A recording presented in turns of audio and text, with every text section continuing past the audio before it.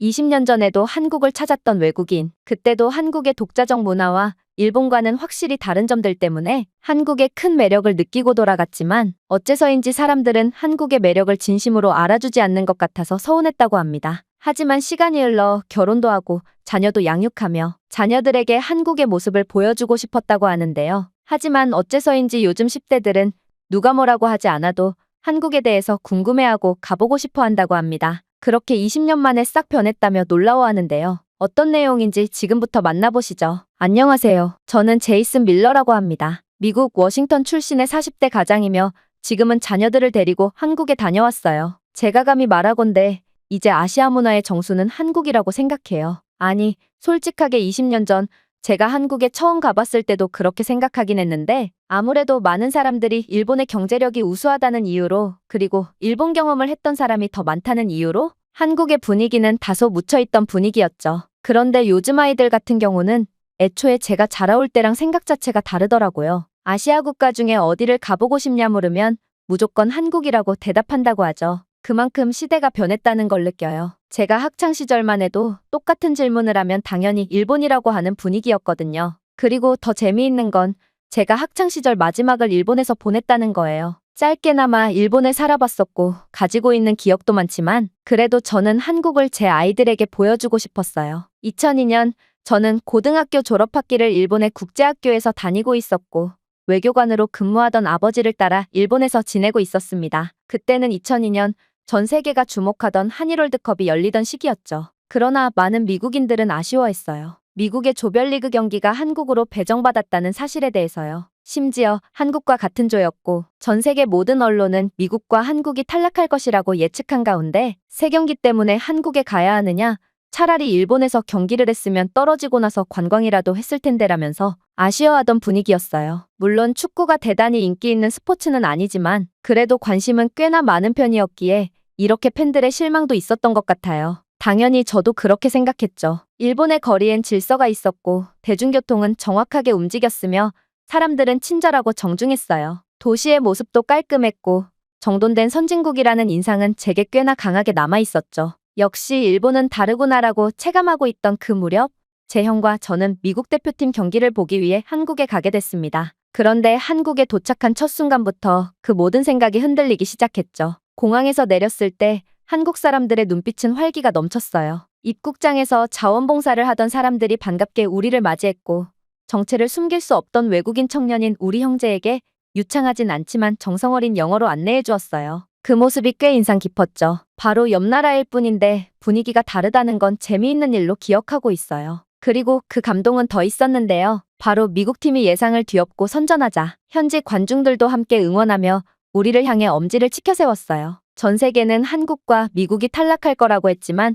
한국인들은 폴란드를 이겼고 한국과 미국이 예선을 통과할 거라며 당시 미국인들과 한국인들은 서로 경기를 해야 하는 상대였지만 그래도 우리를 더 서로 챙기는 듯한 분위기였던 건 확실해요. 우리 형제도 정말 이렇게 적극적인 게 한국 사람들이 맞아 싶을 정도로 개방적이고 열정적인 분위기였어요. 그리고 아시아 사람들은 조용할 것이라는 이미지는 일본이 부합했지 한국인들은 정말 미친 듯이 열정적이어서 놀랐었어요. 특히 6월의 태양 아래서 울려 퍼지던 함성은 지금도 생생히 기억납니다. 슈퍼볼 결승전처럼 한국인들이 열광하는 모습에 우리 형제도 덩달아 신났었죠. 축구뿐만이 아니었어요. 경기가 없는 날 아버지는 형과 저만을 위한 특별한 가이드를 붙여주셨어요. 한국 외교부 소속 지인을 통해 섭외한 한국에 정착한 미국 유학생 출신이자 지금은 고향으로 돌아와 이곳 한국에서 살고 있다는 중년의 남성이었죠. 성씨가 박이었던 건 기억나지만 솔직히 이름은 잘 기억나지 않아요. 그저 우리는 그를 박씨 아저씨라고 불렀어요. 미국식 이름이 있다고 했는데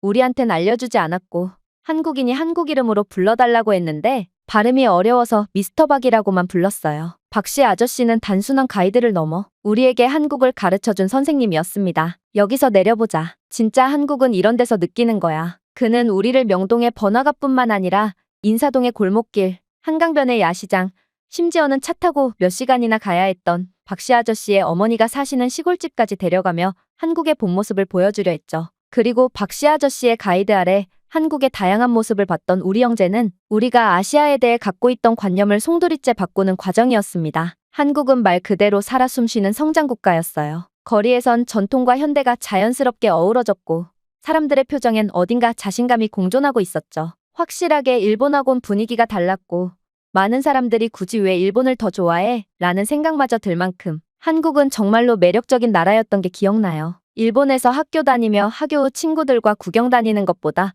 한국이 더 재미있던 건 사실이니까요. 당시 형과 함께 한국에 체류하다가 일본으로 돌아가며 다음에 꼭 다시 오자고 다짐도 했었는데 결국 20년 뒤에나 한국에 다시 가보게 되었지만요. 몇 달 전이었어요. 중학교 입학을 앞둔 아이들이 저녁 식사 자리에서 아빠, 우리 여름방학 때는 한국 가보면 안 돼요 라고 말했을 때 순간 머릿속이 멈췄어요. 그 말을 들은 순간 20년 전 형과 함께 한국을 처음 찾았던 그때의 추억이 고스란히 되살아났거든요. 이렇게 정말 요즘 10대들은 확실하게 한국을 선호하더라고요. 제가 어릴 때 멋모르고 무조건 일본이라고 외쳤던 것과 다르죠. 그래서 결심했죠. 아이들에게 내가 느꼈던 한국을 내가 직접 전해주자. 내가 박씨 아저씨에게 받았던 따뜻한 인도처럼 아이들에게도 그 기억을 남겨주고 싶었습니다. 물론 지금의 저는 그 아저씨처럼 한국을 속속들이 알고 있는 사람은 아니에요. 그렇다고 가볍게 넘어갈 수는 없었죠. 정말 진심으로 내가 아는 선에서만이라도 한국을 잘 보여주고 싶다는 생각에 그때부터 밤마다 책상 앞에 앉아 공부하기 시작했습니다. 처음엔 단순히 여행지를 검색했어요. 하지만 점점 깊이 들어가게 되더라고요. 한옥의 구조,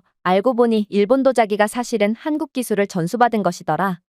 이 구절에서 솔직하게 충격이긴 했죠. 아버지가 일본에서 수집해온 수백 개의 도자기 제품들이 원래는 한국이 원조였다고? 이 놀라운 사실이 기점이 되어 더 파고들었어요. 이렇게 소소한 이야기뿐만 아니라 역사적인 사건들, 시간이 흘러 오늘날 K 콘텐츠의 세계적 영향력, 심지어 한국의 교육 철학과 부모 문화까지 아이 키우는 입장에서 한국 부모들의 심정은 무엇이고 어떤 생각인지 그런 것도 천천히 글을 읽으며 공감도 되고 다른 점을 느끼기도 하고 그 자체로 재미도 느끼곤 했어요. 그러면서 가장 중요한 게 아이들이 어떤 관점에서 한국을 이해하면 좋을지를 고민하며 하루하루 메모를 쌓아갔죠. 당연히 아내는 처음엔 의아해했어요. 여행 가는 건 좋은데 그렇게까지 공부해야 돼? 그런 표정이었죠. 하지만 제가 조심스레 내가 고등학생일 때 한국에 갔던 경험이 얼마나 특별했는지 알아 라며 운을 띄우고 천천히 말해주었더니 그 후로는 아무 말 없이 제 옆에서 조용히 도와주더라고요. 아내도 자기가 학창시절에 무조건 일본에 가보고 싶었고 단순히 일본에 대한 환상이 있었다고 하더라고요. 그런데 그 나이 때에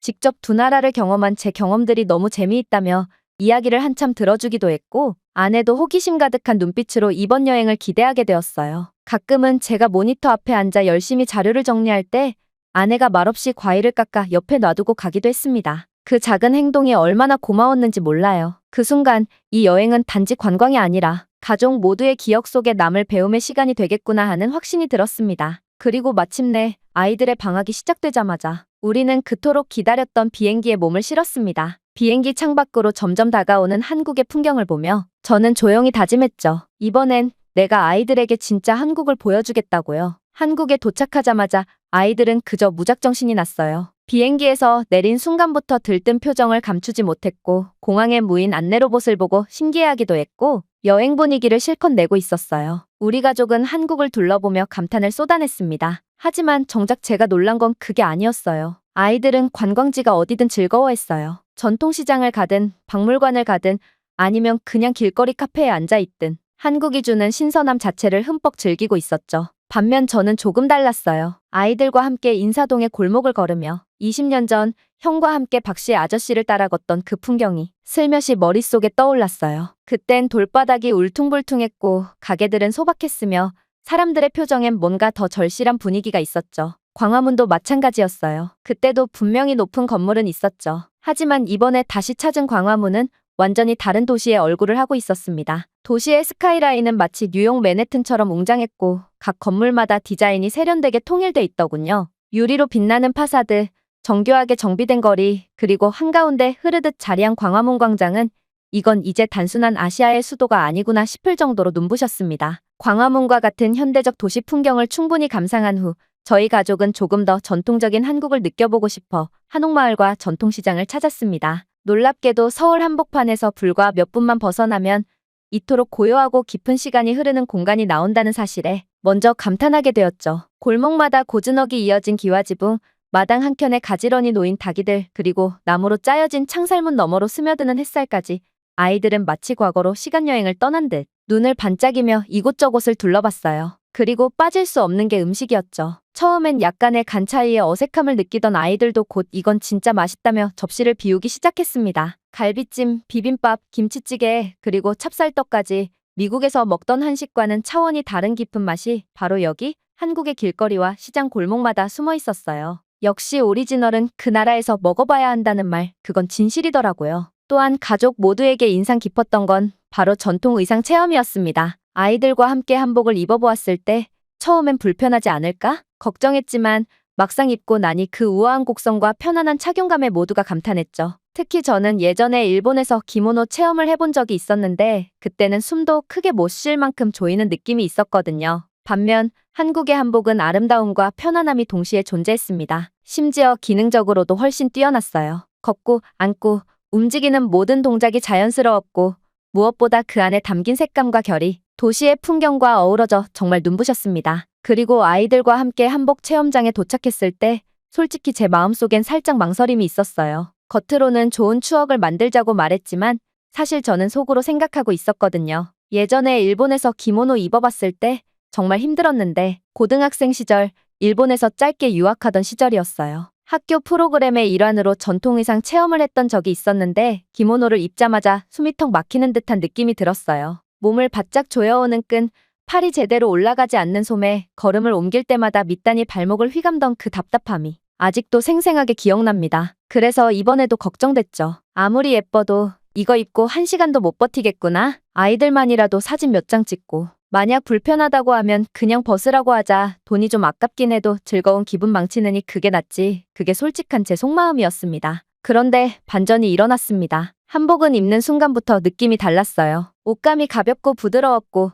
몸을 조이는 느낌이 전혀 없었습니다. 오히려 등과 허리가 자연스럽게 펴지는 듯한 기분이 들었죠. 넓게 퍼지는 저고리의 품, 그리고 넉넉한 치맛자락 덕분에 움직임이 너무나 편했고 앉고, 서고, 계단을 오를 때조차 이건 그냥 일반 옷보다 더 편하잖아 싶은 정도였습니다. 아이들도 마찬가지였어요. 처음엔 이거 너무 화려해서 민망해하던 아이들이 거울 앞에 서서 스스로를 보곤 어느새 적응했는지 사진도 찍고 그렇게 하더라고요. 오히려 저보다 더 신나했습니다. 그 중에서도 가장 인상 깊었던 건 색감과 결이었어요. 사진으로 볼 때는 단순히 알록달록하다고만 생각했는데 실제로 한복을 입고 햇살 아래 서 보니 그 고운 색이 조명에 따라 은은하게 달라지며 참으로 기품 있게 빛났습니다. 그날 광화문을 배경으로 가족 사진을 찍었을 때 도심 속 고층 빌딩들 사이에서 우리가 입은 한복이 빛나는 풍경의 중심이 되어 있었습니다. 그리고 무엇보다 아마 이번 한국 여행에서 저희 가족 모두에게 가장 강하게 남은 인상은 걱정하지 않아도 되는 여행이었다는 사실일 겁니다. 저는 미국에서 아이를 키우는 부모로서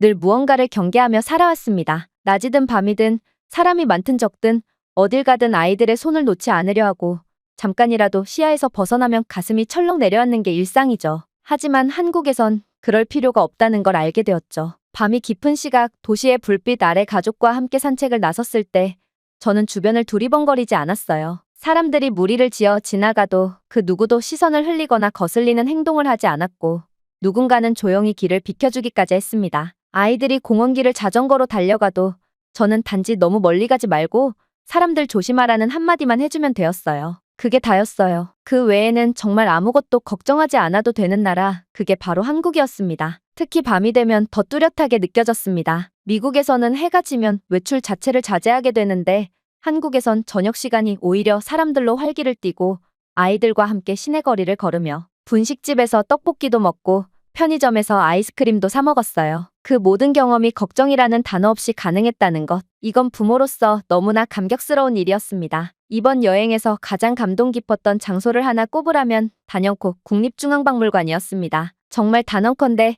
저는 유럽과 미국을 포함해 수많은 박물관과 전시 공간을 둘러봤지만 이렇게 체계적이고 품격 있게 구성된 전시 공간은 처음이었습니다. 그 규모도 엄청났지만 가장 놀라웠던 건 전시 하나하나에서 느껴지는 정체성과 자부심이었죠. 아이들과 함께 조용히 유물 앞에 서 있을 때 전시는 단지 과거를 보여주는 공간이 아니라 지금 우리가 서 있는 이 땅에 얼마나 깊은 이야기를 품고 있는지 경이롭게 느껴지게 하는 마법 같았어요. 특히 인상 깊었던 건 삼국시대와 고려, 조선의 유물들이 너무나도 정교하고 고급스러웠다는 점입니다. 도자기 하나, 불상 하나, 금속 공예 하나까지 기술력과 미감이 완전히 살아있었고 그 안에서 제가 익숙하게 보던 일본 문화와 놀라운 유사점들이 보이기 시작했어요. 처음엔 비슷한 애 정도였지만 제가 여행 전 조사하며 공부했던 내용들이 하나둘씩 머릿속에 떠오르기 시작했습니다. 그동안 일본 고유라고 여겨졌던 많은 문화 요소들, 예컨대 가마쿠라 시대의 불상 양식, 일본 사찰의 구조, 다도의 기본 정신까지 그 뿌리가 한국, 아니 그보다 이전 고대 한반도 문화에 있다는 걸 저는 너무 분명하게 확인할 수 있었죠. 아, 이게 정말 우리가 잘못 알고 있었구나. 고등학교 세계사 시간에 배운 내용들이 어쩌면 편향된 정보였다는 걸 이 박물관에서 처음 실감했습니다. 그리고 그 순간 한국이라는 나라가 단지 빠르게 성장한 신흥 경제국이 아니라 동아시아 문명의 원류 중 하나였다는 것. 그 사실이 가슴 깊이 와닿았어요. 저는 아이들에게 이렇게 말했죠. 여기 유물들은 일본과 비슷한 게 아니라 일본이 한국을 많이 배운 거라고 말이에요. 이 경험은 제게 정말 큰 충격이자 깨달음이었습니다. 한국은 남의 문화를 따라가는 나라가 아니라 오히려 그 문화를 만들어내고 전달한 중심에 가까웠다는 사실, 그동안 간과되었던 진실을 이 박물관이 조용히 그러나 강하게 알려주고 있었습니다. 그래서 한국이 지금 자신들의 독자적 문화를 세계에 퍼뜨릴 수 있는 잠재력이 있던 것이고 인터넷 시대가 열리며 한국의 문화를 빠르게 알리게 되어 성공하게 된 게 아닌가, 그런 생각까지 해보게 되었네요. 그리고 저는 이러한 진실들을 아이들과 함께 볼 수 있게 되어서 참으로 다행이라 느꼈어요. 그렇게 우리의 한국 여행은 끝났습니다. 처음엔 단지 추억을 되새기기 위한 여행이었고